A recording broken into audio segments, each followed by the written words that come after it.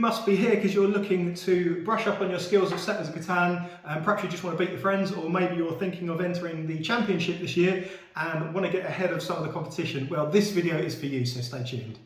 So in this video, I'm going to show you how to hack the system of Settlers of Catan. So Settlers of Catan, there's two main aspects to it. There's obviously the gameplay, so you've got the dice rolls, the card draws, the certain variables that are available there, so those mechanics. But Settlers of Catan is as much psychological manipulation of the other players as it is the board play itself. So it's going to be a two-part video. I'm going to break both of those down and unpack those for you so you are well equipped to win your game of Settlers of Catan. The strategy of the numbers, number monopoly. On the board there are 18 number tiles. These are ranked in order of probability of the likelihood that they are going to be rolled. 6 and 8 are obviously the most likely to be rolled, and 2 and 12 are the least likely to be rolled. You'll notice on all the tiles they have these dots at the bottom. It's just a really quick and handy way of when you're exploring the board to know which ones are highly probable and which ones are not very probable. This is the strongest combination on any board possible, a 5-dot number and 2 4-dot numbers. So if this space is available, it will always go first. The resources that the numbers are placed on are also hugely significant. It's something that I'll come back to in Resource Monopoly. Positioning on 3 separate numbers or doubling up on a single number both have their positives and their negatives. Having 2 of the same number means that you're going to build these 2 resources at the same rate. In this example, where ore is the strongest number and the other 2 are weaker, we can see the ratio correspondence with what you're going to build. For the city example, we need more ore, so it makes sense for the ore to be the stronger number. But the downside of doubling up on numbers means there's a chance that your number won't be rolled, and if the other numbers that you don't have are strong numbers, that increases. This highlights the benefit of having 3 different numbers. Having 3 different numbers means you're likely to be getting resources rather than not getting any at all, so at least you've got something to trade. One last thing to note on doubling up on numbers. The single quickest thing to build is a road using only 2 resources, making the brick and the wood the strongest available option for doubling up on numbers. The strongest double being 9s or 5s. So placing here or here is always a good choice. This means you'll move around the board quicker than anyone else, which we'll come back to in territory strategy. The strategy of the resources, resource monopoly. It's important to know why you want to gather particular resources. The reason being is obviously we want to build and gain victory points. Here's an extreme example of monopolising on a particular resource. Looking at our building costs, we can see that we need ore to build a city, but also for a development card. With only 3 locations for ore, 2 of which are very low probability and only 1 has a high probability of being rolled, we can see that this position here will mean that we will dominate that particular resource and no one else will have access to. It's entirely possible for players to build in this position here and here, but to get there they're going to have to come quite far, and if they use that as their first position, they're losing out on other numbers, hindering their own development process. So the likelihood they will build here is highly unlikely. Doing this will force every other player to rely on a trading port. So to take this strategy further, we could ask a series of questions. The first being, what is the highly probable resource and which trading port is likely to be sought after? Given that the numbers 6 and 8, 5 and 9 are all on the sheep, we can see that there's going to be a lot of sheep in this game, meaning that the sheep port is going to be highly valuable. Looking at our building costs, we can see that the single most important resource is wheat. This is used for 3 different building aspects. If using this example we exchanged the ore for wheat and the wheat were in these positions on those numbers, taking this position would be highly strategic and you would prevent every other player from developing on 3 separate building aspects. But every strategy has its downsides, and with this particular example, if you're relying solely on this strategy where the robber's placed on your resource, it's going to prevent this strategy from being effective. No one likes being targeted and having their strategies prevented. Now this is a highly underrated strategy and not many people use it, but I'd only recommend ever using it on the wheat or the ore. Dominating the city build, city monopoly. Going for the city is a hugely popular strategy for most people, so if we can build ore and wheat quicker than anyone else, we can monopolise on building cities. The reason this is a particularly strong strategy is you're getting 2 victory points when you upgrade, but it also means that if you have a city, you're going to double up on the resources that you return. If you see this combination on the board, this is a really good position to take, particularly if you're able to double up on it and create a city. Straight away you're going to build really quickly. Always reflect on the number possibilities. Placing here is only going to be good with strong numbers. If the numbers look like this with very low possibilities, it's highly advisable not to place in this position. The general rule of thumb is at least a 3-dot probability number. Territory dominance, road monopoly. Starting with the numbers, exploring the board, we can see that brick and the wood are going to come up on very high numbers, and this is the only position where that's going to be the case. So positioning here would dominate on the roads. If using this strategy, always make sure that you've got access to wheat and sheep, or at least to a port so you can get trades. In this example, we've already got sheep, so we're looking for wheat. Without these, you're not going to be able to build and develop.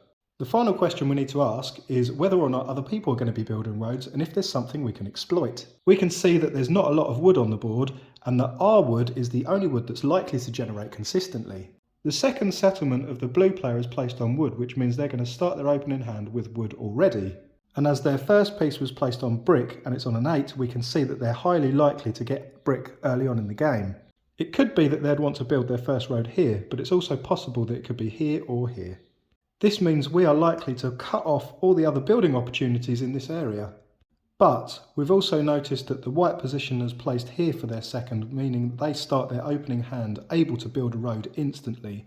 Positioning here will block them off from doing that, and they're likely to build here. However, if this road was positioned here, we could build here, preventing the blue from developing, in certainty that we will be able to build our road a lot quicker and cutting off their options. Getting the most brick and wood does mean that you'll be able to build your road a lot quicker, positioning your settlements and cutting off other building opportunities for the other players. Development card monopoly. Inside the development card deck, there are 5 victory points. 14 knight cards contributing to the largest army, meaning another 2 victory points. All these combined with the first 2 settlement victory points mean you only need 1 more settlement build or a city upgrade to win the game.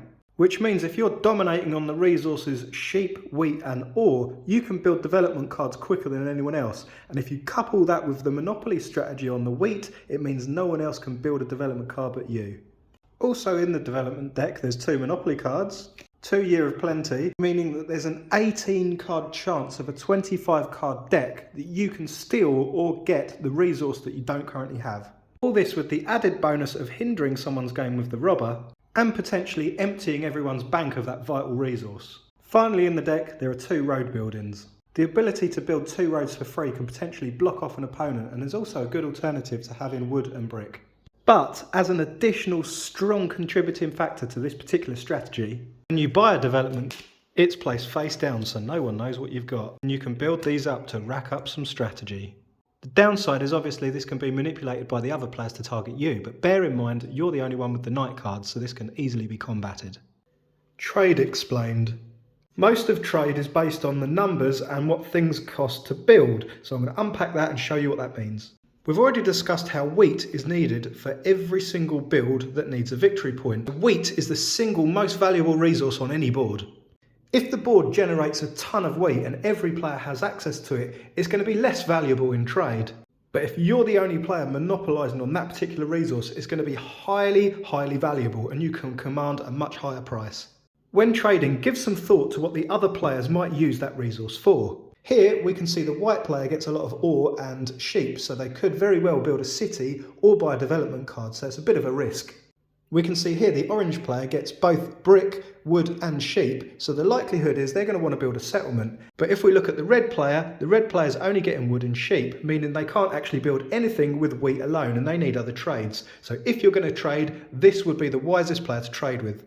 Second wisest would be the orange, given that the impact of that trade is far less than if someone was to get a development card or to build a city. Don't forget, when looking at the other players to trade with, assess how many victory points they've got and also, most importantly, how many development face down cards they've got and what they might have underneath in a strategy moving forward.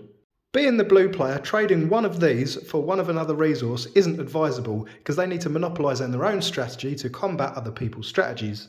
If I was to trade with the white player, I'd be looking at the city that they were likely to build, knowing that they only need 2 of these to build a city. So I might ask for 2, maybe even 3 ore for the sake of one of these.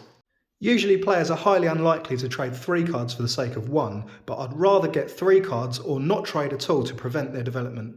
Looking at the orange player, here I might trade a road, so a wood and a brick, maybe even a sheep, depending how generous I was feeling, for one of these. And even though the red player won't be able to build with a single trade, they're highly likely to be able to trade later on with another player, meaning that I'd still want 2 resources for this one from the red player. Now before we get into manipulation tactics with regards to trade, there's one more thing to note in trade.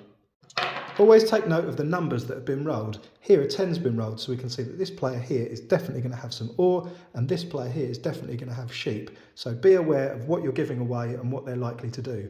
Also take note of previous numbers that have been rolled and try to memorise them so you can predict what cards other people have in their hand. Okay, we're going to go into the second part of the video, which is all about social manipulation. And to do that, I'm going to use a championship match playthrough to give you examples of how that's worked out. I'm just back from the championship match in the UK. I won one of these using these exact methods, so I'm going to show you that setup. I'm going to set up the board in that way, exactly as it was on the day, go through that and show you how you can win one of these. So yeah, this is basically a Autumn Catan Hexes limited edition terrain set. So it's not actually a new game, it's just the hexes that are of a different season, basically, just new artwork, which looks like that. So that's quite nice. It also came with some glow-in-the-dark pieces to replace the pieces on the board. Although I noticed that these weren't glow-in-the-dark. So even if you are playing in the dark, you're only going to see the pieces and not be able to play the game. So I'm not sure why that's relevant, but very nice anyway. There was recently a post in the Catan forums online where people were saying how they hate when people give up or quit halfway through because they can't be bothered. And I remember one person specifically saying, I'm not sorry about quitting, I'm not going to play an hour's worth of a game if I don't think I'm going to win. Let me tell you, he doesn't know how to play Catan. 50% of Catan is about social manipulation. And if you miss that aspect, you miss 50% of the game. The truth about Catan is there's no good or bad position. There's only information about the other players that you can use to exploit the game and influence other people's decisions. And if you get that 50% manipulation and understand that and get it right, you can win the game whatever position you're in. So the manipulation aspect of Settlers of Catan starts right at the very point that you arrive at the game where you're going to play. It's not simply with the board pieces, it's not simply the setup, it's the players and getting to know how they play. It's communicating how good of a player you are or how bad of a player. If you can make the other players think that you're not that great of a player and you're just lucky, then it may mean that they won't target you quite as much throughout the game. However, if you're brash and overbearing and cocky about how good you think you are, it may mean that it makes you a target. So you've really got to consider how you come across to the other players and make sure that you communicate to them that actually you're not that great a player, you're just quite lucky and you enjoy playing on the odd occasion. Certainly don't tell them that you play every day with all your friends. So I've laid out the board exactly as it was on the day. You can see from this picture here. Yeah, so you went there, I was considering that. They're the obvious ones. And it'll be interesting to see how it plays out again. Everything's laid out exactly as it was for the starting game. So we've got player 1 represented as orange, player 2 represented as red, player 3 represented as white, and player 4 represented as blue. Now each player, as player 1, 2, 3 and 4, all have their own advantages and disadvantages, and we'll unpack that as we go forward. So the advantage of going first is you're going to get to select the first position on the board, which is naturally going to be the strongest position available, or it could just be the best strategy that you feel you can accomplish as possible. So we're going to look at the different variables of that to start with. Now the first thing that we're going to be looking at are these numbers on the board. So obviously we've got 8 and 6s. This is pretty common knowledge. When the dice is rolled through the game, these are the numbers that are going to come out most likely. So with only this factor in mind, this is the strongest position on the board with the 5, the 6 and the 9. Typically in any game, you'll have one number with a 5 dot and 2 numbers with 4 dots will always be the strongest position in terms of dice rolls and the resources that you'll gain back. But don't position your piece just yet. There's a few other things we need to factor in. Just because we're going to get a lot of resource on this position doesn't mean it's the best. The other thing we need to look at is why we're getting these resources, and it's for building things to achieve victory points.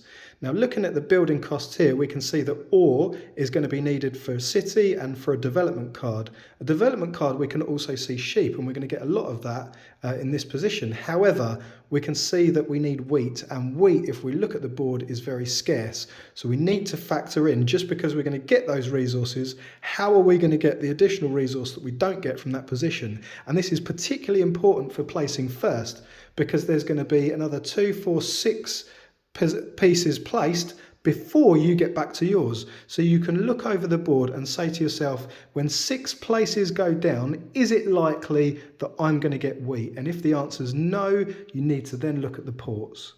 Ports are a great way to attain resources that you don't have by trading resources that you do. So looking at this position here, we've got these 4 resources that are the closest accessible to us. Now, looking at this, we can see that brick is an option and wood are the 2 best options. With brick, looking at the board, is it going to be likely that we're going to be gaining a lot of brick? Now there's going to be 6 positions placed, and typically speaking, there's not a lot of brick coming out, given that one of them is a 4-point ratio, with the 4 dots on the bottom, and the amount of positioning around that is likely to be occupied pretty soon. Same can be said for the 10 here and here. However, for wood, there's 2 8s and a 9, so there's going to be a lot of wood coming out throughout the game. So this port here, from this point, is going to be quite easy to access. Also, bear in mind that the 12 here means it's unlikely that people will put their first position on a 12, because it will restrict their own game benefit. So you need to be considering what people are likely to place on their own turn while placing yours, and how probable it's going to be that you're going to be able to achieve your second piece placement to contribute to your first piece placement. Now, it may be that you think that that's not going to be so likely, you can't guarantee the wheat. What other options are available? The second most strongest position we see is the 8, the 5 and the 10.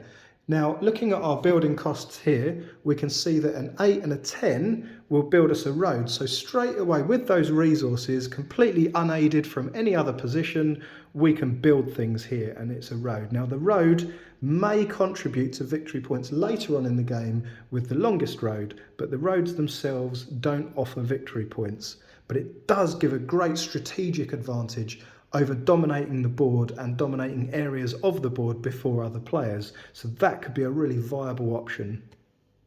Now, the reason on the first placement that this 8, 5, 10 is better than this 8, 5, 10 is because you're getting 3 different resources that are available, whereas this one you're getting 2. Plus, you'd need to rely on a port to maximise on the trader options of those. So as the first placement, that isn't really that viable, whereas this one is. In the actual tournament game, the first player actually took this position, the second player took this position, with their roads placed here and here. Straight away we could see the developing strategy from this player aiming for the wood port, noticing that there's going to be a lot of wood on the board. As a point of note here, I should emphasise the psychological manipulation of the game and the opportunity at this point. Now, for player 4 coming last, which was my player, it was really important for me to build an ally of player 3, and it was easy to do so given that the 2 most dominating positions on the board had already been taken, making it really easy to influence his decision with a really reasoned, rational argument. In this case, the fact that wheat was going to be so desperately needed by both of these players, we could monopolise on that and take control of that area of the board. Player 3 decided to place his initial settlement here with his road going this way, which meant I needed to try and encourage him to position over here. Going last, it was my position to place, and I had a lot to think about at this stage, because I had my 2 placements which I could dominate on a strategy, or I could ensure that the wheat was entirely dominated and no other player could take it. So I already knew that I wasn't going to get any ore this time, so ports were particularly important to me. Also, the fact that I've got a strong position here with the 8, 5 and a 10 meant that I could maximise on this port here. Bear in mind that the 12 and the 11 taking this port here is unlikely, highly unlikely to be a position from another player unless they were desperately trying to stop me from placing here. and claiming it themselves, which wasn't of much value if I was to capitalise on that and would only hinder their game. So I could say with certainty that they're not going to place in this position. They may place here, but still the 12 and the 11 would hinder their own game. So I could say with almost complete certainty that this would be available on my go. Therefore, my initial placement was on the strongest port, also pointing towards the sheep port, given that this position was highly likely to be available. But I had my second position, which I decided to go here and place my road this way. The rationale between these two placements is I'm going to get a lot of resources from being rolled on the 8, the 5 and the 10. I can also move my road to this port, which is unlikely to be blocked at any point throughout the game, given that the desert is here. So that's almost certain that I'm going to get that port. Secondly, from this point here, I've got the 6, which is an added strong number. It's going to come out quite a bit. And I'm only one road away, which I gather the roads here, from claiming this port. So all I need is a road and a settlement starting the game to give me that advantage over the game. The other added advantage of going last and getting a strong position means it's very easy for me to focus attention on the first two players that got the strongest points initially. The focus of the entire table can be manipulated to work against these two players, even these two players themselves, to battle out against each other. It took very little effort for me to convince player 3 to position his settlement here, meaning that the wheat was essentially dominated and the other players wouldn't be able to access it without a trade or a port. Naturally, his last road was positioned here, giving him access to the 3-for-1 ports.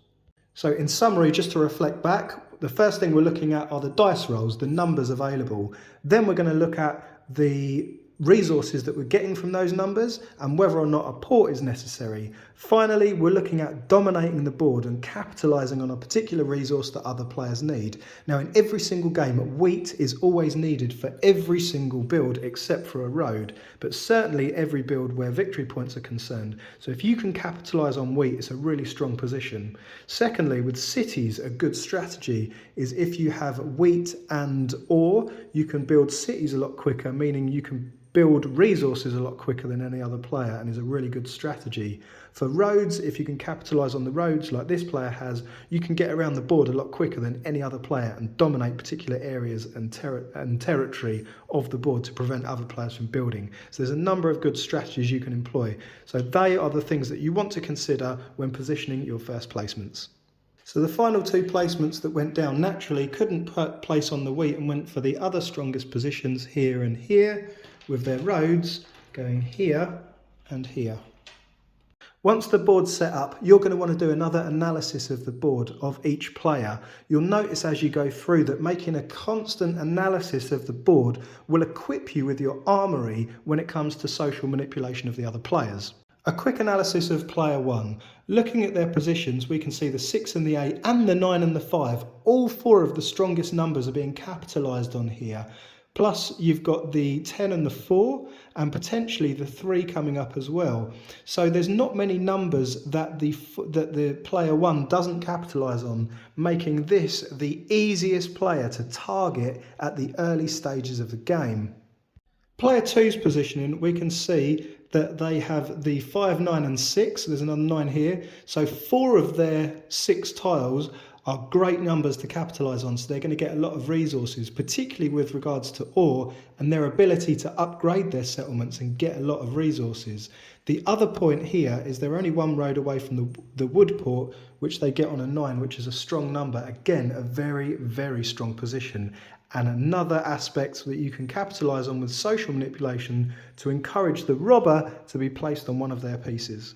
Now for player 1 and player 2, because they're both in a very similarly strong position, it's in their advantage to build allies with one another and constantly target the other two players and not rob off of each other.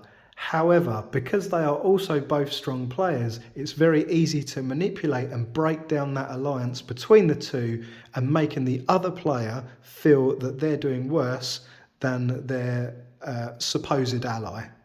Looking at player 3's position of a quick analysis, we can see that the only strong numbers being capitalised here on the 5 and the 8. So of 6 potential tiles, only 2 of those have strong numbers which are going to bring in a lot of resources, making this the weakest position on the board. The one redeeming quality is the fact that the white is monopolising on the single most important resource of the game, which is the wheat. Finally, for the blue position for player 4, which was mine, we can see that we've got the 8, the 5 and the 6. So 3 of 6 tiles are good resources, particularly the 6 and the 8, which is always important to get. But that makes the second weakest position on the board, which makes for a really good game moving forward, given that I'm not far away from the ports, but also makes it incredibly easy for me to ally with player 3 and use that to our advantage and target players 1 and 2. Now there's 2 more things to address here. One is the longest road and the other is development cards. Given that roads are so easy to build with only 2 resources, there's only 2 positions on the board which capitalise on brick and wood. Now we already know there's a lot of wood on the board, so how much brick is there when we assess the table? Looking at this, my only obstacle or competitor for that longest road is this brick one here. So placing the robber on this throughout the game is going to give me the advantage for the longer road. Now the last thing to consider with the longest road is whether or not it's going to be blocked.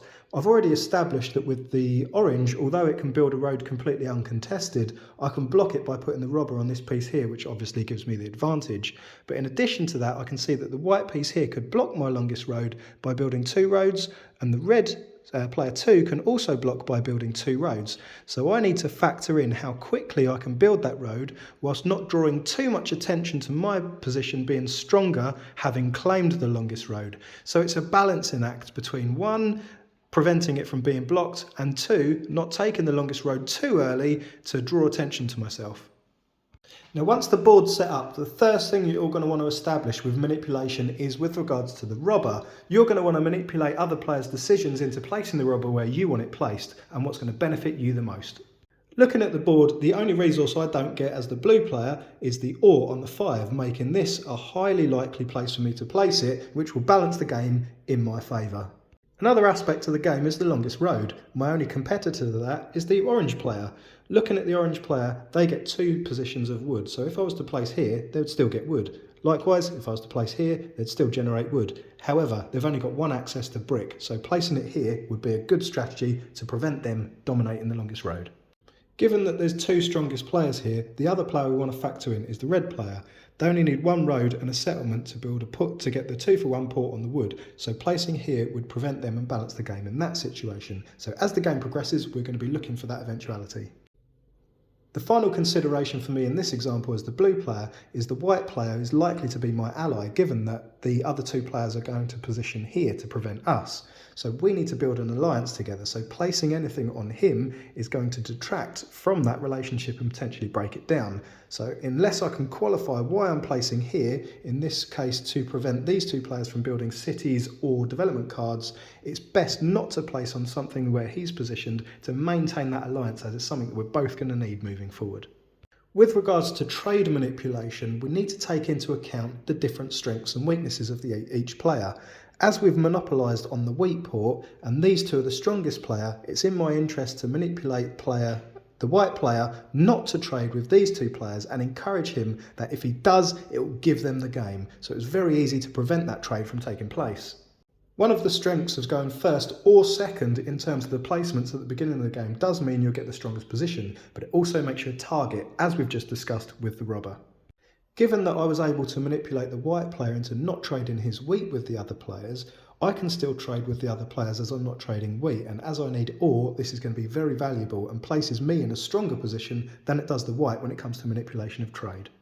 When manipulating other players, it's all about building a case as to why you want to target that player as opposed to yourself. This is done by reflecting on all the strategies we've discussed and highlighting the benefits of those strategies about the other players, This always needs to be done while preventing the other players highlighting your benefits and your strategies. You want to highlight and focus on the weaknesses of your position rather than the strengths, and make every other player feel that your position is the worst. Throughout the game, manipulations were successful and the end of the game looked like this. The robber was predominantly placed on either the 5 or the 9 throughout the game, but on occasion was placed on the 10, which helped me get to the point of the longest road, although the longest road on the last play of the game was dominated by orange. You can see here that during the last play, I had plenty of cards here to play a settlement, so even if a robber was rolled and I lost half my cards, my last play was to place this settlement here, breaking up the longest road and giving it to me, and having 1 victory point meant that all the victory points would add up to 10 and I would win the game. However, there was one more play to go first, and that was the white player. Here is the benefit of having face-down development cards, is we don't know what they have. It could be anything, but in this case, he had 2 victory points sat underneath. He was able to get the trade to build his city, giving him the win of the game. The mistake I made was allowing that alliance to develop to the point where this was a really strong position. The benefit of face-down development cards means no one knows what you've got, and in this case he had 2 victory points. The strength of the wheat port meant he had extra wheat to trade, so an offer of trade was highly valuable to any player on the table. He was able to trade this, He was able to trade the wheat for the ore that he needed, building a city here and giving him the win. So this particular board setup is always going to haunt me as the moment that I almost won that championship. But I have to say I was quite happy with winning this, and it did highlight what I knew to be true. My only mistake was dropping the ball throughout the game and trusting that alliance for too long.